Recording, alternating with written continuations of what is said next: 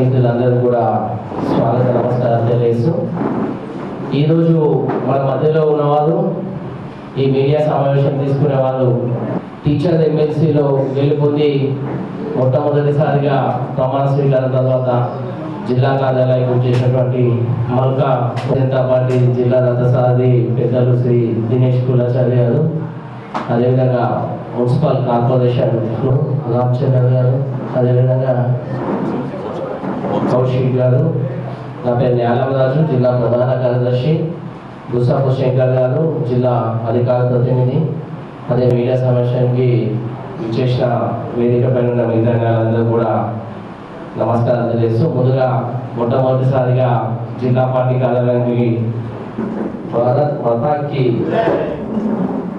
ఈ మీడియా సమావేశానికి విచ్చేసిన పెద్దలు కొమరయ్య గారికి పెద్దలందరికీ ధన్యవాదాలు చేస్తూ అంజిరెడ్డి గారు కూడా వారు బాన్స్వాడలో ఒక కాలేజ్ ఫంక్షన్ ఉంటే వాళ్ళందరూ ఆ ఫంక్షన్ వెళ్ళిపోవడం వల్ల లేట్ అయింది. ఈరోజు మీడియా సమావేశం ముఖ్య ఉద్దేశం రాష్ట్రంలో అన్ని జిల్లాల్లో మీడియా సమావేశం నిర్వహించడం జరుగుతుంది.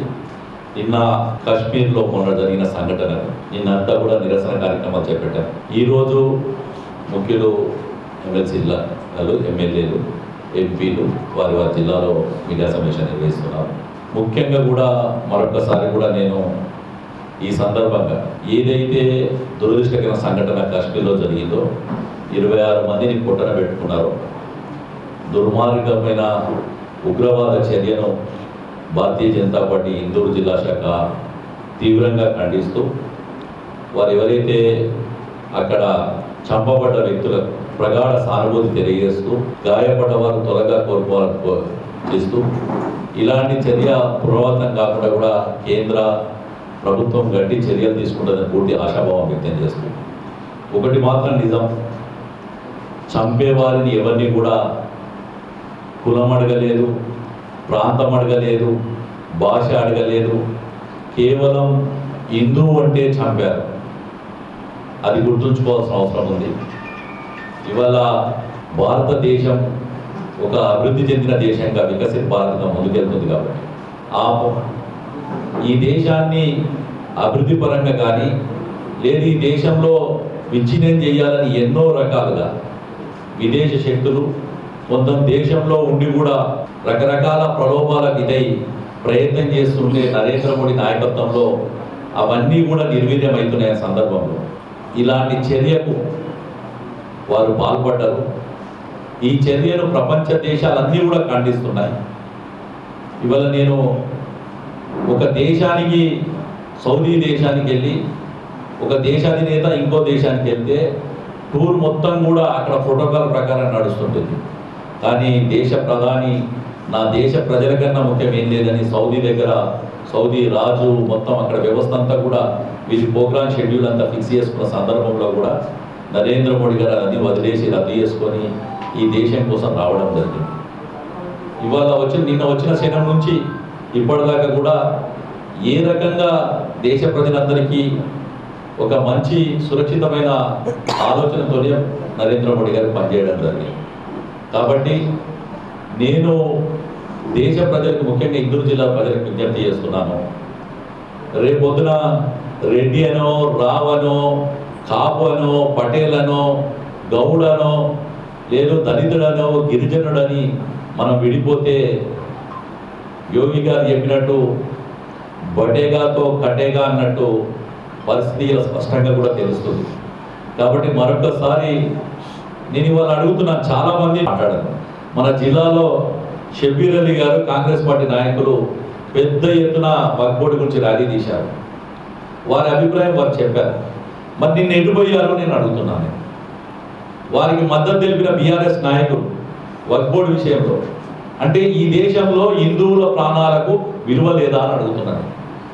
చంపబడ్డ వ్యక్తులు అదే వేరే మతం వాళ్ళు వేరే వాళ్ళు అయి ఉంటే ఇదే రకంగా స్పందించే వాళ్ళ అవార్డు వాపసి గ్యాంగ్ కానీ సినీ నటులు కానీ సెలబ్రిటీస్ కానీ చాలామంది కానీ ఎక్కడికి వెళ్ళారో అని అడుగుతున్నాను. అంటే దేశము ఇవాళ ప్రపంచ దేశాలన్నీ భారతదేశానికి మద్దతు ఉంటున్న సందర్భంలో ఎందుకు ఈ రాక్షస ఆనందం పొందుతురు అని నేను అడుగుతున్నాను. కాబట్టి భారతీయ జనతా పార్టీ స్పష్టంగా ప్రజలకు తెలియజేస్తుంది. ఇదే వేరే వాళ్ళ మీద అయినా భారతీయ జనతా పార్టీ ఈ రకంగా స్పందించేది, భారతీయుల మీద అయితే భారతీయ జనతా పార్టీ స్పందిస్తుంది. మరి నిన్న చనిపోయిన 26 మంది భారతీయులు కాదా? మరి వాళ్ళు చనిపోయిన తర్వాత కాంగ్రెస్ పార్టీ కానీ మిగతా పార్టీలు ఏ రకంగా స్పందించాయో ప్రజలు అర్థం చేసుకోవాల్సిన అవసరం ఉంది.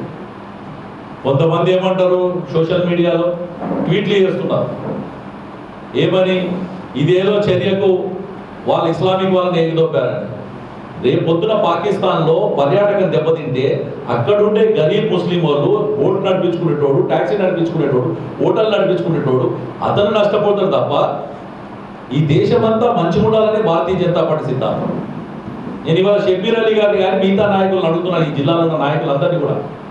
2 ఎమ్మెల్యేలు ఉన్నారు, ఒక రాష్ట్ర అధ్యక్షుడు ఎమ్మెల్సీ గారు ఉన్నారు. సాంఘీభావం తెలిపారు కదా మీరు. పాలస్తీన్లో జరిగితే అక్కడ బ్యాగులు వేసుకొని తిరిగిన ప్రియాంక గాంధీ గారి నాయకత్వంలో ఉన్న కాంగ్రెస్ పార్టీ నాయకులు అడుగుతున్నారు. ఇవాళ మరి ఇదే దీనికి మీ భర్త నిన్నేదో మాట్లాడుతూ స్టేట్మెంట్ ఇవ్వడం జరిగింది ప్రియాంక గాంధీ గారు. మరి దానికి మీ స్పందన ఏంటి అని అడుగుతున్నారు. ఇవి అన్నీ కూడా ప్రజలు అర్థం చేస్తున్నారు. మేము ప్రజల దృష్టికి ఒకటే చెప్తున్నాం, భారతీయ జనతా పార్టీ ఎప్పుడు కూడా భారతీయులకు కష్టం వచ్చిన సందర్భంలో వారు ఎంబడి ఉంటుందని తెలియజేసుకుంటూ, నిన్న ఎవరైతే ఆ 26 మంది చనిపోయిన వారికి 2 నిమిషాలు మేము అందరం మౌనం పాటించి తర్వాత పెద్దలు ఎమ్మెల్సీ గారు ఈ విలేకరుల సమావేశాన్ని కొనసాగిస్తారు. ఒక 2 నిమిషాలు అందరం మౌనం పాటించాల్సింది.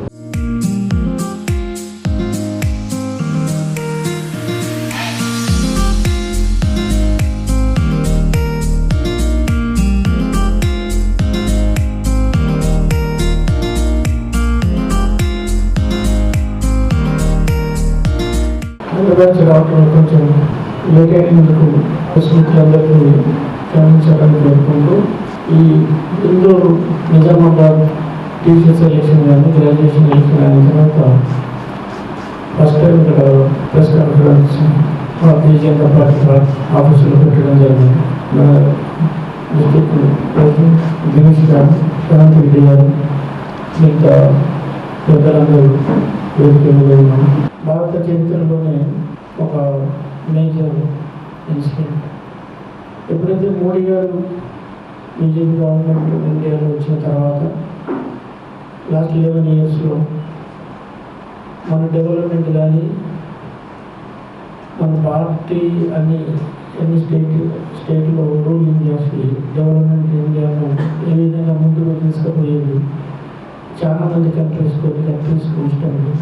అంటే మన ఇంతకుముందు పాలించిన పార్టీస్ వాళ్ళందరూ కూడా ఎప్పుడు కూడా ఈ జమ్మూ కాశ్మీర్లో ఒక పర్మనెంట్ డిస్ప్యూట్ పాయింట్గా పెట్టి పాకిస్తాన్తో ఎప్పుడు మనకు ఒక డిస్కషన్లో పెట్టి వాళ్ళకు మనకు ఒక శత్రువులా చూపిస్తూ టైం చాలా వరకు వేస్ట్ చేశారు. ఎప్పుడైతే మోడీ గారి ప్రభుత్వం మన బీజేపీ గవర్నమెంట్ 370 ఆర్టికల్ రద్దు చేసిందో అప్పటి నుంచి కాశ్మీర్లో ఈ వక్ఫ్లో ఉన్న ఆస్తి వాళ్ళ ఇన్కమ్ 36 lakhs ఇన్కమ్ ఇప్పుడు 45 crores పెరిగింది. అంటే ఆ ఇన్కమ్తో కూడా ఆ డబ్బులన్నీ కూడా ఆ ముస్లిం పేదలకు అక్కడ ఉండే వాళ్ళకి డిస్ట్రిబ్యూట్ అయింది. అదే దృష్టితో మన వక్ఫ్ యాక్ట్ను కూడా రిపీల్ చేయడం జరిగింది. అదేవిధంగా ఇండియాలో ఉన్న వక్ఫ్ ఆస్తులు ఈ ఒక్కొక్క వేరే కంట్రీస్లో దేశంలో లేని ఆస్తులు కనుక ఉంది. మన ఇండియాలో ఆఫ్టర్ రైల్వేస్ డిఫెన్స్ తర్వాత 3 అతిపెద్ద ల్యాండ్ బ్యాంక్ ఉన్న సంస్థ వక్ఫ్. కాబట్టి ఆ వక్ఫ్ ఆస్తులను వాళ్ళ సొంత ఆస్తులను వాళ్ళు కొంతమంది లిమిటెడ్ ఈచ్ స్టేట్లో కొంతమంది 5 to 10 people కంట్రోల్లో పెట్టుకొని ఆ ఆస్తులన్నీ ఎగ్జాంపుల్ ఒక 30 రూపాయలు పర్ స్క్వేర్ ఫుట్ రెంట్ ఉన్న ఆస్తిని వాళ్ళు ఒక 10 పైసలు 5 పైసలు కిరాయిస్తారు. ఆ మిగతా రిమైనింగ్ అంతా అనఫిషియల్గా తీసుకోవడం జరుగుతుంది. అదేవిధంగా ప్రాపర్టీస్ కూడా వాళ్ళ ఓన్ మనుషులకు వాళ్ళ సంస్థలకు నామినల్ రేట్లు కిరాయి తెచ్చుకుంటూ వాళ్ళు ఎర్న్ చేస్తారు. కాబట్టి అవన్నిటినీ దృష్టిలో పెట్టుకొని వాళ్ళు తన వేరే ప్రాపర్టీ, మన హిందువుల ప్రాపర్టీలను, టెంపుల్స్ను, మన అలహాబాద్ హైకోర్టును కూడా వాళ్ళు ప్రార్థన చేయడానికి ఒక చిన్న ప్లేస్ వాళ్ళకి ఇస్తే, కానీ అలహాబాద్ హైకోర్టు మొత్తం మాదని ఒక కోర్టు క్లెయిమ్ చేయాలి. దాని హైకోర్టు సుప్రీంకోర్టులో ఆ కేసు పెండింగ్ ఫైనల్ స్టేజ్లో. అంటే ఆ విధంగా న్యాయ వ్యవస్థను, పబ్లిక్ను, వేరే ప్రాపర్టీను, వాళ్ళ ప్రాపర్టీస్ వాళ్ళు సేవ్ చేసుకోకుండా వేరే ప్రాపర్టీలను ఆక్రమించడం, డిస్ప్యూట్ క్రియేట్ చేయడం, మళ్ళీ సెటిల్మెంట్ చేసుకోవడం, ఆ విధంగా మిస్యూజ్ అయింది. ఏదైతే 95లో యాక్ట్ వచ్చింది, 13 యాక్ట్ కూడా ఉంది. దాని కొరకు మన గవర్నమెంట్, మన జేపీసీ అపాయింట్ చేసి డీటెయిల్గా ప్రతి ఒక్కరికి డిస్కస్ చేసి యాక్ట్ రివ్యూ చేయడం జరిగింది.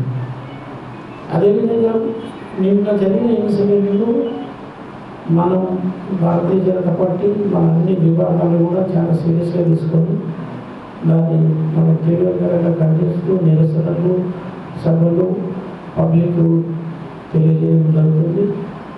ప్రైమ్ మినిస్టర్ గారు కూడా ప్రోగ్రామ్ క్యాన్సిల్ చేసుకొని ఇమ్మీడియట్గా ఢిల్లీకి చేయారు. హోమ్ మినిస్టర్ గారు కూడా నిన్న కాశ్మీర్లో విజిట్ చేయడం జరిగింది. డిఫెన్స్ మినిస్టర్ గారు కూడా meeting, prime minister, defence minister, మన హోమ్ మినిస్టర్ మీటింగ్ జరిగింది. అందులో కొన్ని ఆల్రెడీ ఇమ్మీడియట్ యాక్షన్స్ డిసైడ్ అయ్యింది. భౌతికంగా రిలేషన్షిప్ కట్ చేయడం జరిగింది. తర్వాత మన హై కమిషన్ ఆఫీస్ నుంచి వాళ్ళ ఆఫీస్ను ఇమ్మీడియట్గా పాకిస్తాన్ వెళ్ళిపోవడం జరిగింది. వల్ల మన హై కమిషన్ ఆఫీసర్స్ కూడా మినిమం స్ట్రెంత్ నుంచి మీతోనే రమ్మడం జరిగింది. కాబట్టి దీన్ని బాగా సిరి తీసుకొని దీన్ని డెఫినెట్గా మన గవర్నమెంట్ మనం ప్రతీకారం తీసుకుంటాం. దానికి మనం ప్రైమ్ మినిస్టర్ గారు ప్లాన్ చేస్తూ ఉన్నాం. దాని సపోర్ట్గా మన ప్రజలు, ఇండియన్ తెలంగాణ ప్రజలు as a whole India we should support our government and Prime Minister. Whatever steps he takes, we should support. And I also request all the opposition parties, Congress or any other parties, whoever and general public, whoever living in India, we are Indians, we should support our government. Other day, Home Minister చెప్పారు పార్లమెంట్లో, కొంతమంది ఈ ఒక యాక్ట్ను మేము అమలు ఒప్పుకోము. కానీ మన home minister చెప్పిన స్టేట్మెంట్ ఏంటి, ఇండియాలో ఉండే వాళ్ళందరూ హిందుస్థానీలు, ఈ యాక్ట్ ప్రతి ఒక్కరికి వర్తిస్తుంది. పార్లమెంట్ చేసిన యాక్ట్ ప్రతి ఒక్కరికి, ఇండియాలో ఉండే అందరికీ వస్తుంది. అంటే ఇది ఒక హిందూస్ కాదు, ఎనీ కమ్యూనిటీస్ కూడా, ప్రతి ఒక్కరు ఇండియాలో ఉండే ప్రతి పౌరుడికి ఆ యాక్ట్, పార్లమెంట్ చేసిన యాక్ట్ వర్తిస్తుంది. అది ఏ దేశంలో వర్తిస్తుంది, మన దగ్గర వర్తిస్తుంది. దాన్ని ఎవరు కొన్ని గవర్నమెంట్స్ ఈ యాక్ట్ను అమలు చేయమని అడుగు వెరీ ఇల్లీగల్. కాబట్టి స్పెసిఫిక్ టు మన కాశ్మీర్ ఇష్యూలో మనం అందరం అమాయకులు. మన స్పెషల్గా మన సౌత్ నుంచి కూడా చాలామంది వెళ్ళిపోయారు. వాళ్ళందరినీ కూడా ఒక్కొక్కరిని డిస్కస్ చేస్తూ మీరు ఎక్కడ ఏ మతానికి చెందిన వాళ్ళని ఐడెంటిఫై చేసి చంపడం జరిగింది. అది is very cruel act and we should all condemn this type of activities. And we also request government of India to see that this type of incident should not happen in future. కాబట్టి దానికి సరి అయిన దెబ్బ మనం ఏ విధంగా government of India తీసుకుంటుందో దానికి మనం అందరం సపోర్ట్ చేయాలి. అందులో మనకు మన హిందూ డిస్ట్రిక్ట్ ప్రజలందరూ యునైట్గా ఉండి మన దేశాన్ని, మన హిందూ కల్చర్ను, మన కంట్రీని మనం సేవ్ చేయాల్సిన అవసరం ఉంది. కాబట్టి we are not against any community or religion or religion, and we are developing and we should develop. In that process, we should all remain united, and at this critical time, we have to unite and fight for all illegal activities, and who is behind this activities, they should be punished. And whichever country larger level if they are backing, those people also should be punished. And I request all the public be restrained and proactive and be unite. And to develop Telangana, again BJP party should be strengthened further. And coming all the elections, we should BJP whatever party candidate they put forward. And I request all the general public to vote, and they should win either local body elections or panchayat elections and coming MLA's election, so that Telangana we should have our own government, BJP government. Thank you. Issueలో అందరూ teacher యూనియన్స్తో problems అవన్నీ తీసుకోవడం జరిగింది. Already education సెక్రటరీని, director school education, తర్వాత additional secretary school education కలవడం జరిగింది. అయితే నిన్న అన్ని యూనియన్స్తో మీటింగ్ అయింది, ఆఫీసర్స్తో. అయితే ఏ విధంగా మనం ఈ విద్యా వ్యవస్థలో మన స్కూల్లో ఇన్ఫ్రాస్ట్రక్చర్ ఇంప్రూవ్ చేయాలి. బట్ సెక్రటరీ గారు రిక్వెస్ట్ ఏం చేశారంటే, మీరు ఓన్లీ టీచర్స్ యూనియన్ ప్రాబ్లమ్స్ ఏం మాట్లాడకండి, స్టూడెంట్స్ ప్రాబ్లం కూడా మాట్లాడండి, పేరెంట్స్ ఇష్యూ ఉన్న కన్సిడర్ చేసుకోండి. But I met even Sultan earlier education secretary also. But వాళ్ళు ఆఫీసర్స్ అంతా ఒక ప్రీ కన్సీవ్ నోట్తో ఉన్నారు. ఎందుకంటే యూనియన్స్ వాళ్ళు ఓన్లీ యూనియన్ వాళ్ళ ప్రాబ్లమే చెప్తారు, కానీ they are not bothered about the schools and parents or students అని చెప్పారు. కాబట్టి ఆ ఇష్యూస్లో కూడా మనం ఈక్వల్గా ఇంపార్టెన్స్ ఇచ్చి ఫస్ట్ ఎడ్యుకేషన్ వ్యవస్థను ఇంప్రూవ్ చేయాలి. కాబట్టి ఇప్పుడు సఫిషియంట్ కాలేజెస్ ఉన్నాయి, న్యూ కాలేజీలు ఓపెన్ చేయడము వాటికన్నా ఫస్ట్ ఉన్న కాలేజీలో మంచిగా నడిపి మంచిగా ఇన్ఫ్రాస్ట్రక్చర్ ఇంప్రూవ్ చేసి టీచర్స్ అందరూ మంచిగా చదువు చెప్పినట్టు మనం చూడాలి. దానికి స్టూడెంట్స్, పేరెంట్స్, మన కమ్యూనిటీ, మన ఈచ్ డిస్ట్రిక్ట్స్లో also request all our BJP leaders, they should visit to the schools and find out what is exactly problem, and then we'll have each school wise committee, so that each teacher should come and teach the classes, and we should provide the basic amenities. దానికి ఏ విధంగా ఎట్లా చేయాలనేది plan చేస్తాం. Parents కూడా వాళ్ళ పిల్లలకి ఏదైనా issues ఉంటే వాళ్ళు కూడా రిప్రజెంట్ చేయవచ్చు. దాని కొరకు నిజామాబాద్లో మన ఐ షుడ్ థ్యాంక్ ప్రెసిడెంట్, మన డిస్ట్రిక్ట్ ప్రెసిడెంట్ దినేష్ గారు leading the one room farm, and we are in the office, and we will have one representative here. Nizamabad, Karimnagar, and Hyderabad we have 2 offices, then Mancherial 1 office. For to get all the representations, and we will be available to the teachers and parents.